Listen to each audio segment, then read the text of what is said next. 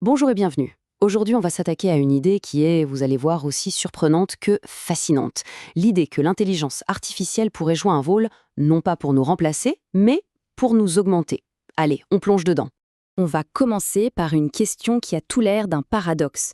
Vraiment, comment une machine, une construction de pure logique, d'algorithmes, pourrait-elle nous rendre plus humains? C'est un peu le mystère qu'on va essayer de percer aujourd'hui. Alors, comment on résout ce paradoxe? Eh bien, la réponse se trouve peut-être dans un concept assez puissant, celui du dialogue augmenté.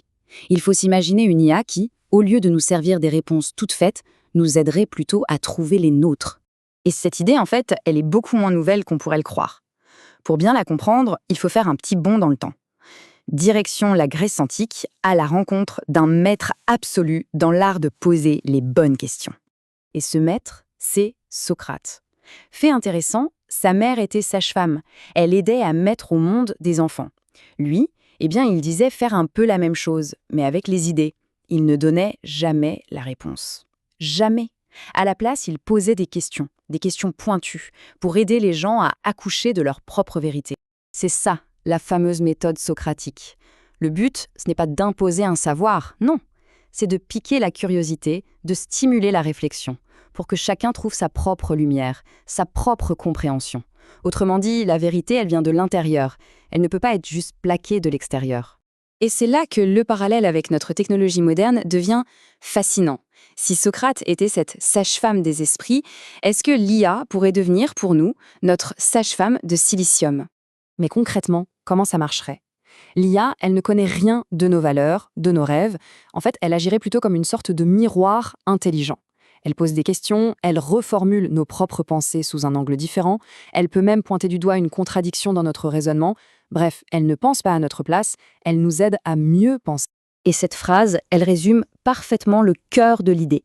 La machine, elle peut générer la question parfaite, la question qui va tout débloquer.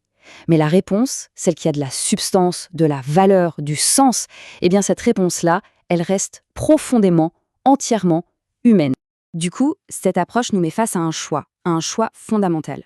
Parce que la façon dont on va concevoir et utiliser cette technologie, ce n'est pas du tout anodin. C'est une vraie bifurcation avec des conséquences énormes sur notre propre intelligence.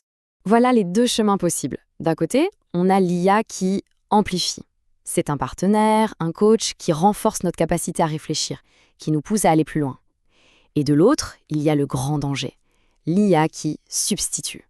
Celle qui nous donne la réponse directe, qui pense à notre place et qui, à la longue, nous dispense de faire le moindre effort pour réfléchir.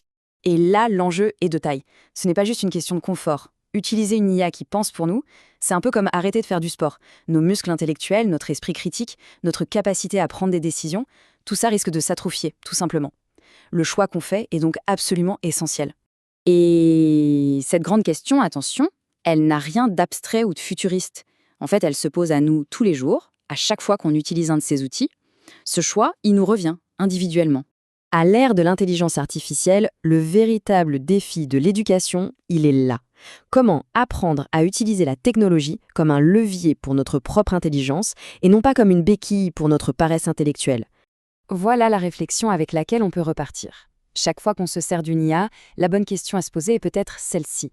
Est-ce que cet outil est en train de faire le boulot à ma place ou est-ce qu'il m'aide à faire un meilleur boulot?